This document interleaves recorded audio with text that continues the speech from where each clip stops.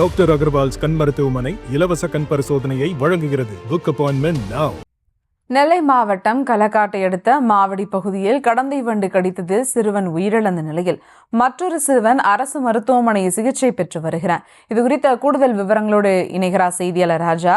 வணக்கம் ராஜா, அந்த மற்றொரு சிறுவனின் நிலை தற்போது என்ன? கூடுதல் விவரங்கள். வணக்கம். மாவடி பகுதியில் வெங்கடேஷ் என்பவருக்கு சொந்தமான தோட்டம் அமைந்துள்ளது.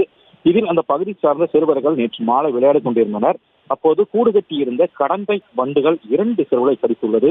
அதில் ஜீவானந்தம் மற்றும் நிதின்ராஜ் ஆகிய 2 சிறுவர்கள் காயமடைந்தனர். அவர்களுக்கு முகம், கை, கால் பகுதியில் வீக்கம் ஏற்பட்டுள்ளது. உடனடியாக அருகில் உள்ள ஆரம்ப சுகாதார நிலையத்திற்கு அழைத்துச் செல்லப்பட்டு முதலுதவி சிகிச்சை பிறகு வீட்டிற்கு அனுப்பி வைக்கப்பட்டனர். ஆனால் 2 சிறுவர்களுக்கும் முகம், கை, கால் பகுதியில் வீக்கம் அதிகரித்துள்ளது. இந்த நிலையில் ஜீவானந்தம் இன்று காலை பரிதாபமாக உயிரிழந்துள்ளார். நித்தின் ராஜை அவரது பெற்றோர்கள் திருநெல்வேலி அரசு மருத்துவக் கல்லூரி மருத்துவமனைக்கு அழைத்து வந்து அங்கு அவருக்கு தீவிர சிகிச்சை அளிக்கப்பட்டு வருகிறது. இச்சம்பவம் குறித்து திருக்குறுங்கங்கடி போலீசார் வழக்கு பதிவு செய்து விசாரணை நடத்தி வருகின்றனர். முதலுதவி சிகிச்சைக்கு பிறகு மேல் சிகிச்சைக்காக நேற்று திருநெல்வேலி அரசு மருத்துவக் கல்லூரி மருத்துவமனையில் அனுமதித்திருந்தாலும் வண்டு கடித்த விஷம் பரவாமல் சிகிச்சை அளிக்கப்பட்டு சிறுவனை காப்பாற்றி இருக்கலாம். லேசான காயம் நினைத்தால் பரிதாபம் இருக்க சிறுவனை இழக்கக்கூடிய சம்பவம் பெரும் பரபரப்பை ஏற்படுத்தியுள்ளது. விவரங்களுக்கு நன்றி ராஜா. டாக்டர் அகர்வால்ஸ் கண் மருத்துவமனை இலவச கண் பரிசோதனையை வழங்குகிறது. Book appointment now.